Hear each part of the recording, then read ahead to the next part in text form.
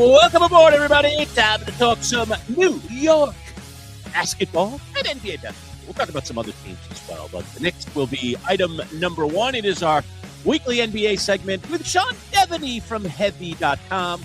We are presented by Box Drop Syracuse, the mattress and sofa outlet.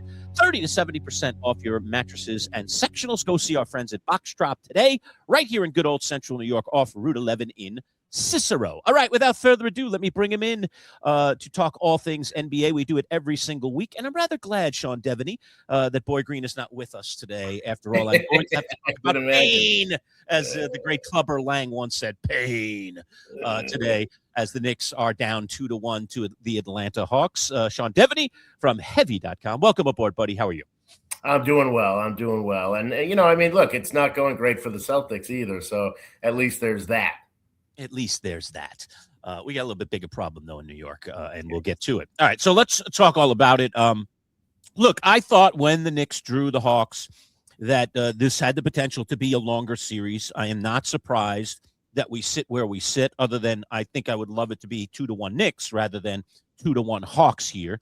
I'll tell you, just as a Knicks fan and from what I've seen in the series, that I still think the Knicks are going to win the series, and I still think they're going to find a way. But some of the flaws that the Knicks have had all season long are coming out a bit in this series, and the Hawks are a kind of team that can take advantage of it, and C.J. McCollum has been outstanding. So let's talk about veteran leadership, and let's talk about what the Hawks do bring to the table. And are you, like me, one of great faith about the Knicks, or are you more concerned about the Knicks? I do think they can still win this. I think, you get game 4 and all of a sudden you are back in control of the series. You've got the home court. You've lost the last 2 games by a combined 2 points. So the whole notion that this is panic time for the Knicks, I agree with you. That's a little premature. But I think you make a good point about, going forward. They win this series, suppose, everything that you're afraid of with the Knicks you've seen in this series. Mike Brown said something yesterday that was pretty remarkable. You've got 2 really good big men in Mitchell Robinson and Karl Anthony Towns going up against a very small Atlanta Hawks teams. And he said, I can't play those 2 guys together. And I'm sitting there thinking, what? At some point you've got to try that. And you've done all this stuff to kind of nurse Mitchell Robinson through the season. And he played 11 minutes last night. And it's pretty remarkable that, as good as this guy is, they can't put him on the floor. And then they've got Karl Anthony Towns on the floor. They're not getting him the ball. So, you're losing on both fronts there. So I think that was a big concern. Obviously, the Brunson stuff is a big concern. Those last 2 possessions were a disaster for the Knicks. He throws up an air ball, and then the turnover to end the game. So you had those were a disaster. Mikal Bridges has been a disaster, especially the last game and a half. He hasn't made a shot in the last 6 quarters. So that's a disaster. You go right down the list. Mike Brown has been a disaster. There's all these things that, okay, I still think they're talented enough to win the series, but there's all these things that, you were worried about coming in, and they've shown themselves through these first 3 games. Yeah, so many thought it was going to be greener pastures with Brown instead of Tibbs, particularly regular season rotation and the fact that Brown did save his guys a lot more in terms of minutes. But rotation has been a question all year for the Knicks, and Brown has struggled, I think, at times to find the right combination. Let's talk about Mikal Bridges. That's the one that really bothers me the most. Towns, to me, in some ways, he is an enigma. He's just, some nights he's unbelievable and unstoppable, and he does things that big men shouldn't be able to do, and other nights he becomes invisible, or the Knicks just refuse to get him the ball. What was it? I think it was in game 1 or game 2. He was like 8 of 12. He was playing well, and they weren't making a conscious effort to get him the ball. Instead, they started playing Brunson ball at the end of the game, which the Knicks always seem to do. And to me, Sean, that's a result. I don't hang that on Brunson. I hang that on the other guys, because if Bridges was making shots, and if some of these other role players were regularly making shots that you could trust them, then I don't think that Jalen Brunson would do sometimes some of the things that he does. Give me your take on that. Is this a Brunson problem, or is this a team problem? Yeah, I do think it's a team problem, and it's certainly something where Brunson has got to be more conscious of it. I don't think you can absolve him of that altogether. That he's got to be more focused on moving the ball and look, if you don't trust Mikal Bridges to make the shots, you still give it to him. I think you gotta let him get out there, and if the answer is he's not making shots and we've got to bench him, then you go to that. But you got to find out. I think that's one of the situations. I mean, I watch Bridges now, and he's just completely lacking confidence. It's all gone, and that's not really him as a player. But it has seemed to have come to that in the here after Game 3. So that's a big concern. But yeah. Brunson has got to be more conscious of it, but it's also up to the other players to produce more. I do think the Towns thing is weird. I mean, there's no reason that with the money that you're paying him and the talent that he has and the matchup problem that he is for Atlanta, that he should have 12 shots. He's got to get the ball more. He's got to take more shots. He should be more aggressive, no question. But they've got to do more conscious things to get him the ball and get him some shots. They haven't done that enough. Want to know the funny thing, too, that I probably wouldn't even feel that bad about Bridges here at this point of the series if he just made that shot at the end of Game 2. And to me, that was a very makeable shot that they got at the end of regulation there. I mean, looked like they were going to win that game, then it looked like they're going to lose that game. And then they get a legitimate shot after the 2 missed free throws to win the game. He didn't even have to shoot a 3. And he gets a pretty good open look on the wing, and he makes that shot, and maybe that changes everything. Maybe that changes his confidence. It kind of switches the whole thing. But instead, Atlanta gets the win, and now this series has swung back the other way. Now the Knicks are going to have to grind here on Saturday and find a way to take down Atlanta in their own building. I do not think it will be an easy task. I do expect it to be another one of these close games, Sean.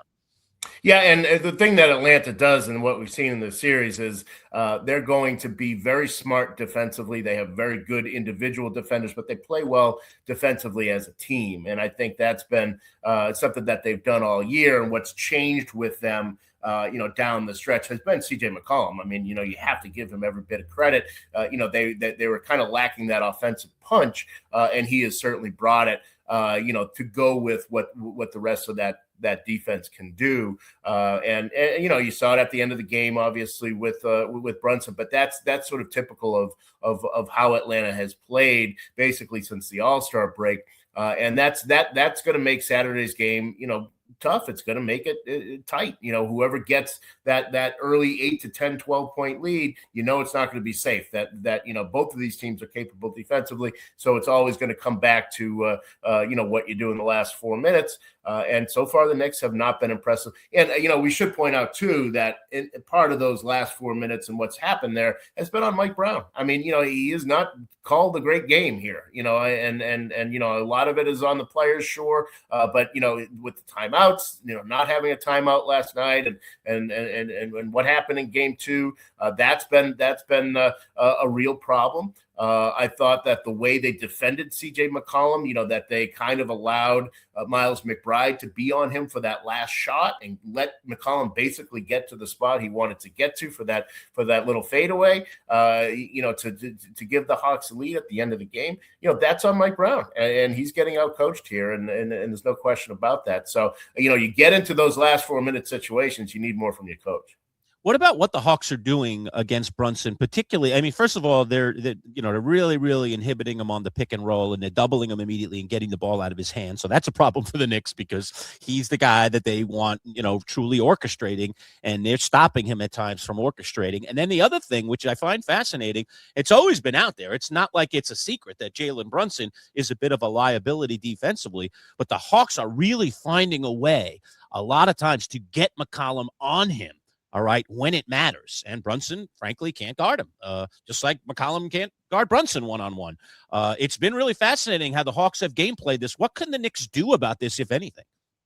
Yeah, there's a possibility. We saw a little of Jose Alvarado that you get a secondary ball handler in there. That's something they could try. Didn't work very well in Game 3, but that's certainly something they can do. Obviously they've got to make perimeter shots. I think part of the issue here is that, when you're not making threes, it becomes a lot easier to collapse on the pick and roll and things like that, and send an extra guy at Jalen Brunson. You've got to have somebody out there. And right now, OG's hitting his shots, and Towns, when he's taking them, is hitting his shots, but nobody else is. And that's a real problem there. So, I think that you certainly have to try some different things. I think having a secondary ball handler out there would be a good idea, or go the other way. And I mentioned the two bigs. If you try playing the two bigs against a team that is undersized, slow down the pace, and see if you can hammer them a little bit with the size that you have with Mitchell Robinson and Towns. I just don't buy this notion that you can't play those two guys together. All right, let's talk about some of the other series, Sean. The Celtics and the 76ers. I wasn't sure that this was going to be all that interesting, at least through a couple of games. It has been somewhat interesting, an impressive performance on Tuesday night by the Sixers. Let's talk about it. Yeah, the 2 point guards were terrific. Edgecombe and Tyrese Maxey combined for 59 points in that one. The Celtics didn't seem to have a whole lot of answers for them. They've got to probably make some defensive adjustments in terms of they tend to drop their big guys back, and that gives those guards too much space. Maybe move their big guys up and kind of cut off some of that space for those guards. I think that's something the Celtics can do. But also, look, 13 for 50 from the 3-point line. The Celtics have not had many of those games this year, but they've been susceptible to that, in this whole run that they've had with Tatum and Brown, especially with Joe Mazzulla as coach, where they're encouraged to fire up 3-pointers. They don't usually shoot 26%. And sometimes you're going to get those games. If you look at the numbers, a lot of those were open shots that they usually make. So I think if you're the Celtics, you don't want to overreact. You want to say, we just had a bad shooting night and kind of move on. Now for the Sixers, there is one thing lingering out there, and that's Joel Embiid. And there's a chance that he could come back, probably not in Game 3, but certainly Game 4 on Sunday. That's very much on the table. All right. That could make it more interesting for sure. Really has had some various issues with his health throughout this entire season and in recent days for Joel Embiid, such an important part of the puzzle for Philadelphia. The Raptors are hanging in there at least. It's all home court so far, a 2-1 Cavaliers in that series. I don't see it as much of a series. Does that one win do anything here to boost the confidence of Toronto? Yeah, I mean, they played much better. And, I still think they've got to get Brandon Ingram going. That's been something that has been sort of a mystery as to why he's not scoring at the level that he ought to be. But, they did a lot of things. They got James Harden into some of their defensive actions, forcing him into some of their offensive actions, making him play some defense. And that's what you want to do with James Harden. That's your advantage there. And they really hadn't done much with that in the first 2 games in Cleveland. But did a much better job of that in Game 3. So, there's some life there. And certainly, look, they can score. And, if you're capable of putting up 120 points, then you're going to have a chance to win all these games. Cleveland is the much better team. They're a deeper team. But, they've got to find ways to come up with defensive answers, which at times they're pretty good at times they're not. And they weren't in Game 3. Talking with Sean Deveney, NBA insider, heavy.com, all things NBA. It's our usual Friday segment, breaking down the NBA playoffs today. It's the Man Child Show with Boyd Green Digital at MC Show Digital, our handle on YouTube. Don't forget, like our video by hitting the thumbs up. And if you're not already a subscriber, become part of our growing army by hitting the subscribe button. It's absolutely free. We are presented today by our friends at Northeast Roofing Professionals. Today's video brought to you by our friends at Box Drop Syracuse. We'll take 30 seconds here from Box Drop, and then we're back. We'll talk about the series going on in the Western Conference when we return. Stick around. Considering that we sleep nearly 1/3 of our lives, buying the right mattress is essential. At Box Drop Syracuse Mattress and Sofa Outlet, you'll get a unique experience, one that saves you 30 to 70% off retail prices on top-of-the-line mattresses like Sapphire Sleep. At Box Drop, you'll schedule a mattress fitting appointment and get one-on-one service directly with Paul, the owner. No middleman. Family-owned, huge savings, no-pressure sales designed to save you time and money. And now Box Drop Syracuse has sectional sofas and love seats as well, with prices designed to fit your budget. Box Drop Syracuse Mattress and Sofas. Set up your appointment today at boxdropsyracuse.com. All right, we're back talking all things NBA. Sean Deveney joining me, heavy.com. And time to move over to the West, Sean. Talk about some of these matchups in the West. Hasn't been very interesting. OKC, domination, as expected. I'm telling you, this is the team that's going to win the title. I don't even think my Knicks can give them a fight. I'm not going to delude myself into thinking that anybody can beat OKC right now. But a series that we thought was going to be interesting has certainly been interesting, and that is the Timberwolves and the Nuggets. And look out. The Timberwolves, who had the Nuggets number a couple of years ago, seem like they're back and very, very motivated to take out Nikola Jokic, who had a terrible game last night. Let's talk about it.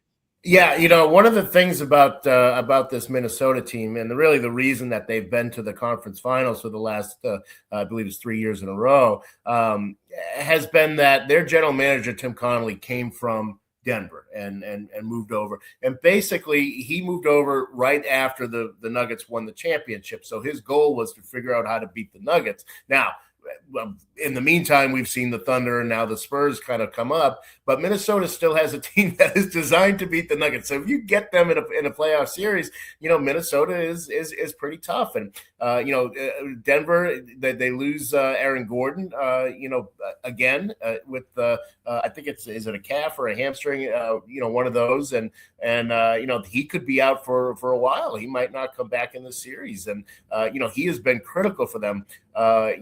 Really just he's kind of the defensive glue for that team, and you could see that in Game 3 with him not out there that Minnesota had a field day. So Jokic really struggling against Rudy Gobert, which is not something that's been typical of him. But Gobert, obviously a 4-time defensive player of the year, so he knows what he's doing out there clearly. But he's done a great job on Jokic. I think the numbers are he was 7 for 21 when guarded by Gobert in Game 3, and that's indicative of the kind of job that Gobert has done on Jokic so far.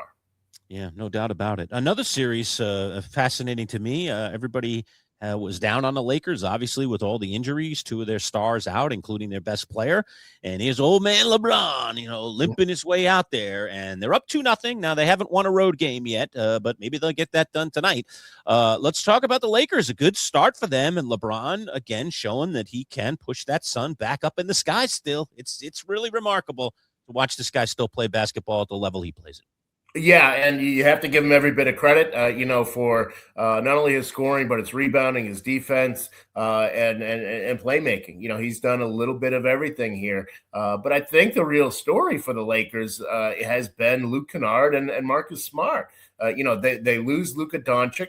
And they lose Austin Reeves, and it's like, well, okay, how are they going to possibly replace these guys? You wouldn't necessarily say, well, we've got Marcus Smart and Luke Kennard, everything's going to be fine. But that's the way it's worked out. I mean, Smart has been, we know what Smart can do defensively, and he's a hot and cold shooter. He's been hot, and that's been good for them. But Luke Kennard has really been fantastic. We've not seen this version of Luke Kennard ever. He's been with 5 different teams over, I think it's 10 years that he's been in the league. And he's obviously a good 3-point shooter, but we've not seen him as a playmaker the way he's been. We've not seen him, as a sort of an all-around scorer, not just a catch and shoot guy. He's done everything. And for a team that needed some kind of Band-Aid while Austin Reeves and Luka Doncic are trying to get better and come back into the series. He's been fantastic. And now there's a chance that we might even see Austin Reeves in Game 3. Certainly I'd expect to see him by Game 4. All right, so that'll make things more interesting for sure. Let's talk about the Spurs series. I mean, Portland, a team that only 2 games over 500 this season. So I didn't think that this was going to be much of a series, but the concussion that was taken by Wembanyama could become a factor here in this series. And this series right now is tied at 1. They have struck blood on the road. So any concerns here about what the Spurs are up against, especially if Wemby does miss some more games in this series? Yeah, obviously, if you lose Wembanyama, that's a tough one. Nobody can replace a guy like him. They have played well. They do have experience playing without him. He's had some injuries over the course of the year, and they've done all right without him. So I think that they do feel like they can handle losing him for whatever amount of time. And it doesn't look like it'll be much time. I'd be surprised if he missed more than game 3, and he might even play in game 3. So, the concussions are tough, but, NBA concussions are a little different than NFL concussions. Yeah, that's true. It's not necessarily the same level of knock that you're taking on the noggin there. So, and it does look like there's a good chance he'll play in game 3. So, that's not great news for Portland, but, look, they're one of these teams that are in here and just happy to be here. They're getting their feet wet. Scoot Henderson has been really, really good. The number 2 pick behind Wembanyama, who's really had some struggles early in his career. He's starting to really, find his way in the league, though, and that's a pretty good development for Portland. So any experience a guy like that can get in a series like this is going to be very beneficial long term. Yeah, now the only 2 series I haven't mentioned, I mentioned the Thunder, but I just don't think it's going to be much of a series. I know the Suns put up a little bit of a better fight in game 2, but I just don't see that as a series. The Pistons Magic, I guess I should bring that up too. Certainly that game 1 by the Pistons was concerning, but they did come back in game 2.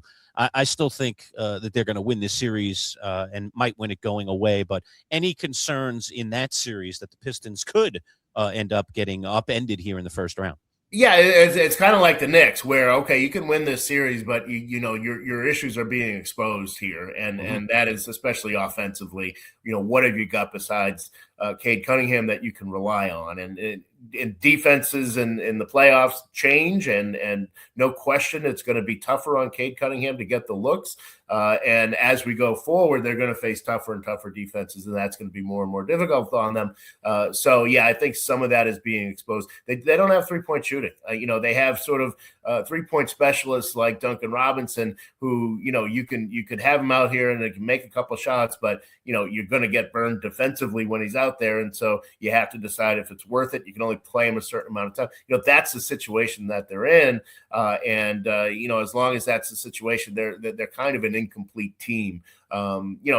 Just a tremendous job in the regular season, obviously, but you kind of had suspicions that this was not going to be a team that was ready to really excel in the playoffs. They need more two-way players, and they don't really have that right now. Sean, I know we're only 2-3 games into all these first-round series. Has anything surprised you here in terms of where it's headed right now, where it sits right now that you didn't expect going into the playoffs? Well, we could talk about the Lakers, but I think on the other side of that, the Rockets being just an utter mess right now. Ime Udoka, was a pretty good coach for the Celtics in the time he was in Boston before, the whole scandal and he had to leave. He is just really getting outcoached massively by JJ Redick at this point. And it seems like nothing that he's doing is really working. I didn't really realize how much of that team is being held together by the fact that Kevin Durant's a great scorer. That's been pretty much that's covered over a lot of their flaws. They lost Fred VanVleet, the point guard, before the season. He was injured, and so he hasn't played at all this year. They never did anything to replace him. I think that was a huge mistake, and I think it's really showing now. Durant's not 100% healthy. He's got the knee issue, but even with that, they've proven to be a little too easy to guard, and that's shocking to me. I did not expect that to happen. All right, Sean, before we go, so what DEFCON should I be on here for the Knicks? Am I at DEFCON 1 yet? Is it scary? Am I 2, 3? Where am I on the DEFCON scale here? Where should I be? Well, now I thought DEFCON 5 was as I remember War Games. I thought DEFCON 5 is the worst. Okay, so 5 is the worst. I'm on DEFCON 3 with the Knicks. Like I say, I think long term you've got some exposure there. I still think they can come back and win this series, but they've shown their flaws, and you just got to hope they don't get into the whole finger pointing and that there's not stuff happening in the locker room right now. And that's something obviously that can spiral out of control, and that's a big concern. Well, fascinating thing came out this week in New York. Karl Anthony Towns said he wants to be a Knick for life. That was fascinating. And I'll tie that in with this, Sean. You can comment on that, and I'll follow it up with this. We know what a mess it is in Milwaukee now. I know they just hired a coach, too, which apparently they didn't even consult Giannis about either, which could lead to even more bad blood there, and we might finally see the exodus from Milwaukee of Giannis. Should the Knicks be interested in Giannis this offseason, assuming they don't go to the NBA Finals this year, which I think is their goal?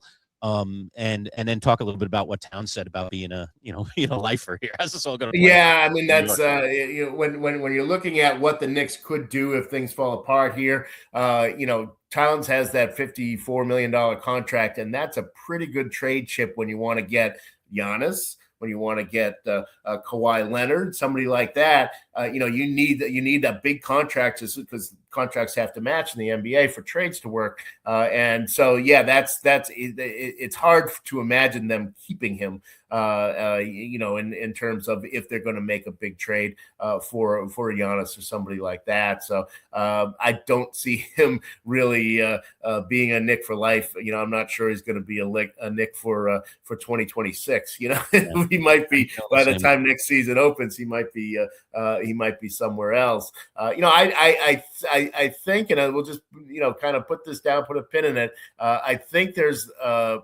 The Knicks have a problem in terms of trying to trade for Giannis. They don't have the draft picks, right? They can't trade draft picks. They could give Milwaukee some relief though, and kind of trade some bad just kind of swap problems basically, where you send Cat and you send Mikal Bridges to Milwaukee, and you have to take back Miles Turner. Now, Miles Turner, is a problem in Milwaukee. He might be a benefit for New York, though, because of his versatility, because he can shoot, and that also solves your Mitchell Robinson problem, who's a free agent this summer as well. So you could imagine Cat and Bridges going there, Giannis and Miles Turner coming to New York, and both teams sort of solving their problems. That's really the only way the Knicks can get over the fact that they don't have the draft picks to send to Milwaukee that other teams do.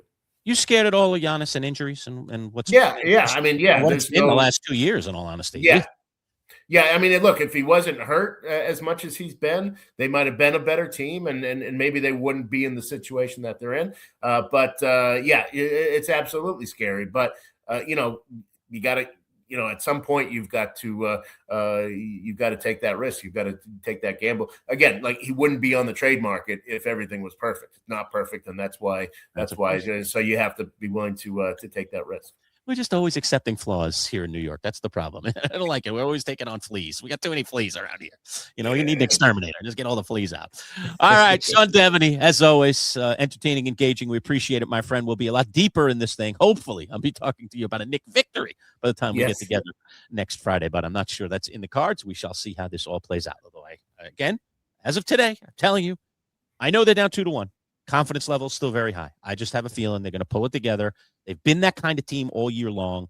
I think they're gonna show out. All right. I don't know what they're going to do against the Celtics in the next round, but I think they're going to show out in this series that they're the superior team. They're not going to go out this way. If they do, it's going to be hell to pay in New York. That's what I know, Sean. They have shown that they are not a team that likes a smooth path, and they've certainly done that. Bumpy. All right. Thank you, Sean. Appreciate it, buddy. Thanks, Arch.